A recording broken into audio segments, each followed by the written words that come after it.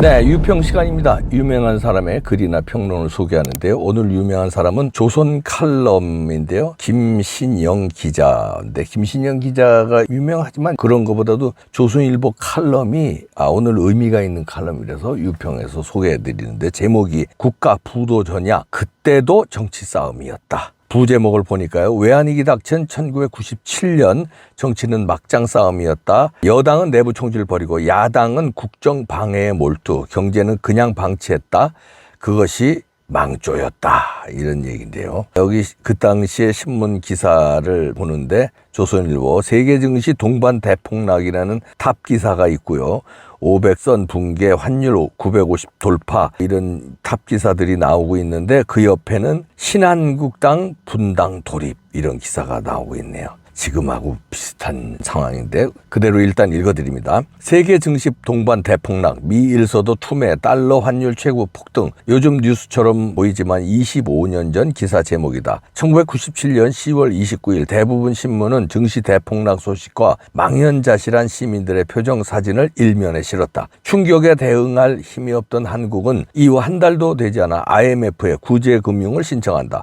오래전 기사를 뒤진 이유는 제2의 아시아 외환위기가 올 수 있다는 블룸버그의 최근 보도 때문이었다. 어쩌다 외환위기가 닥쳐 IMF에 손 벌릴 지경이 되었는지 기억이 가물거려 당시 자료를 찾아보았다. 생각만큼 방대하진 않았다. 본격적인 위기 조짐이 보인 즈음부터 IMF에 손 벌릴 때까지 오래 안 걸렸기 때문이다. 국가 부도의 날로 향하던 당시의 상황은 영화보다 더 부조리해 보였다. 아시아 증시 동반 폭락, 달러 환율 급등, 기업 연쇄 부도 등이 동시다발적으로 터지는 와중에 정치권은 막장 싸움에만 골몰했다.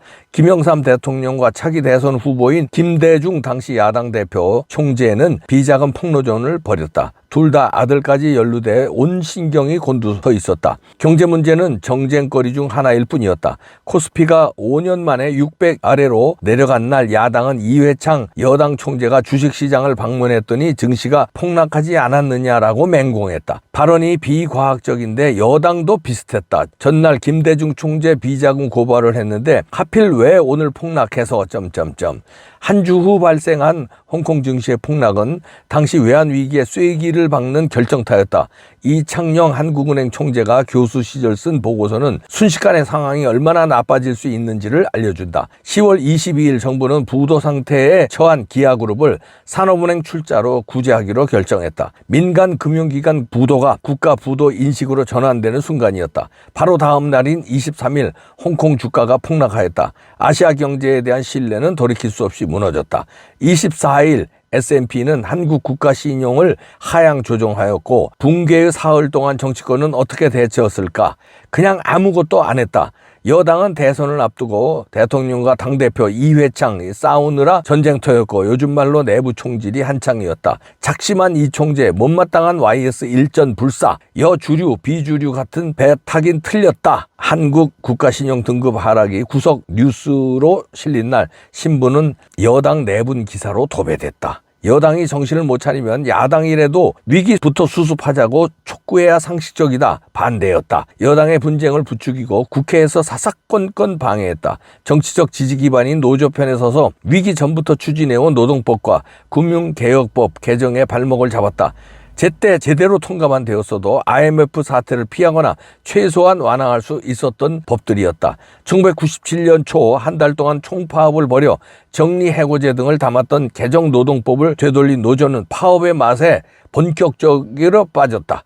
사실상 부도난 기아차는 노조가 매각을 파업으로 막았다. 하는 노조는 금융개혁법에 반대한다며 국회의사당 앞에서 시위를 벌였다. IMF 구제 금융을 신청하기 한 주 전 하는 노조는 금융 시스템을 마비시키겠다고 정부를 겁박했다. 강경식 당시 경제부총리의 회고록이다. 중앙은행 직원들이 머리띠를 둘러매고 단식 농성을 하는 나라가 또 어디 있는지 궁금했다. 외국 투자자나 금융기관이 이를 어떻게 볼 것인가 염려되었다. 요즘 딜링룸에서는 긴급 상황 발생을 알리는 알람이 수시로 울려댄다. 시장 지표를 열어보기 겁이 날 정도로 경제가 어지럽다. 그런데 정치 뉴스 속 세상은 다른 나라만 같다. 25년 전 그 사람들처럼 경제는 아무려면 어떠냐는 듯 소모적 정쟁을 벌인다. 윤석열 대통령의 XX 바이든 날리면 발언을 두고 외교 참사네 아니네. 한 주 넘게 여야가 싸우고 있다. 거대 야당은 이때다 싶은지 정권을 흔들어댄다. 이들이 가장 큰 힘을 쏟는 사안은 이재명 당대표를 대장동 수사 등 사법 리스크로부터 지키는 것이다. 펀더멘탈이 나쁘지 않다. IMF 구제금융 이틀 전 경제부총리가 했다는 소리다. 추경호 경제부총리는 9월 30일 경제위기 가능성은 매우 낮다고 했다. 한국 경제가 튼튼해졌기를 바란다. 하지만 우리 정치는 2년간의 팬데믹, 그 뒤에 이어지고 있는 초유의 금리 급등과 글로벌 시장 붕괴로부터 국가와 국민을 지킬 수 있나? 25년 전 나라가 부도나기 직전까지 정치인들은 국가 경제가 아닌 자신만을 위해 분투했다. 돌아보니 그것이 가장 큰 망조였다. 이렇게 조선 칼럼에서 잘 분석을 했는데요. 참 끔찍하네요. 김신영 기자, 젊은 기자 같은데 김신영 기자가 요즘에 경제 상황이 세계적으로 안 좋으니까 IMF 당시는 어땠지 하고 그때 상황을 점검을 해봤더니 세상에나 지금하고 비슷한 뉴스들이 도배를 친다는 거예요. 조선일보 타 보니까 국민들은 망연자실하고 증시판을 바라보고 있는데 그 옆에 기사는 여당이 분당 돌입했다 이런 기사 나고 정쟁에 한참 몰입해서 내부 총질하고 이랬다는 게 지금하고 상황이 비슷하다는 얘기인데요. 우리가 물론 그때보다는 펀더멘탈이 강해진 거는 사실입니다. 일단 세계 경제 10위의 강대국이 됐고 외환 보유고도 그때보다는 한참 많고 그렇지만 방심하면 안 되는 게요.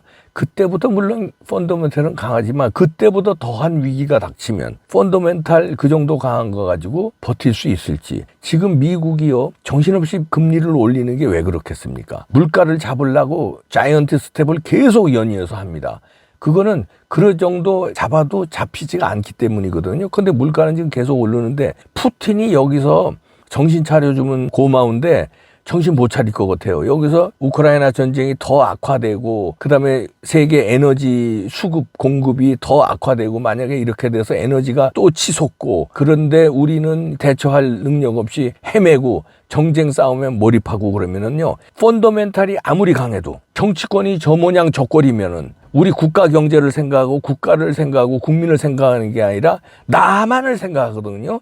당도 생각을 안 해요, 지금은. 국민의힘은 국민의힘 당도 생각 안 해. 민주당은 민주당도 생각 안 하고 나 생각하고 그저 이재명 지키기에 정신없고 국민의힘은 이준석인 지 생각, 유승민은 지 생각, 하태경은 지 생각.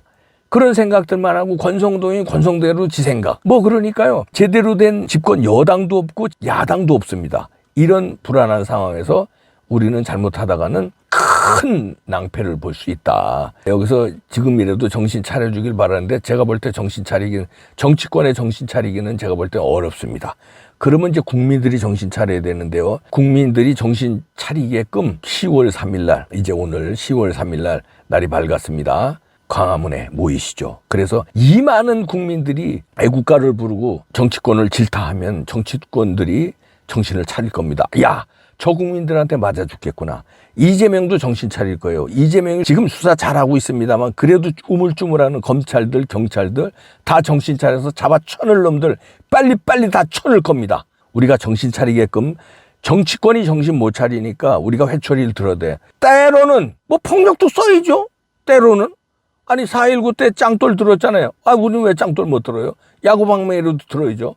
철체절명입니다. 그 전에 야구방망이, 화염병, 돌멩이 들기 전에 10월 3일 오늘 이 시간에 광화문에서 좋은 말로 인원수로 보여줍시다. 몇백만이 모이면요 달라집니다. 이준석이, 이재명이, 문재인이 처단하는 게 윤석열 정부의 사명입니다. 한동훈 장관 신드롬에 대한 보답입니다.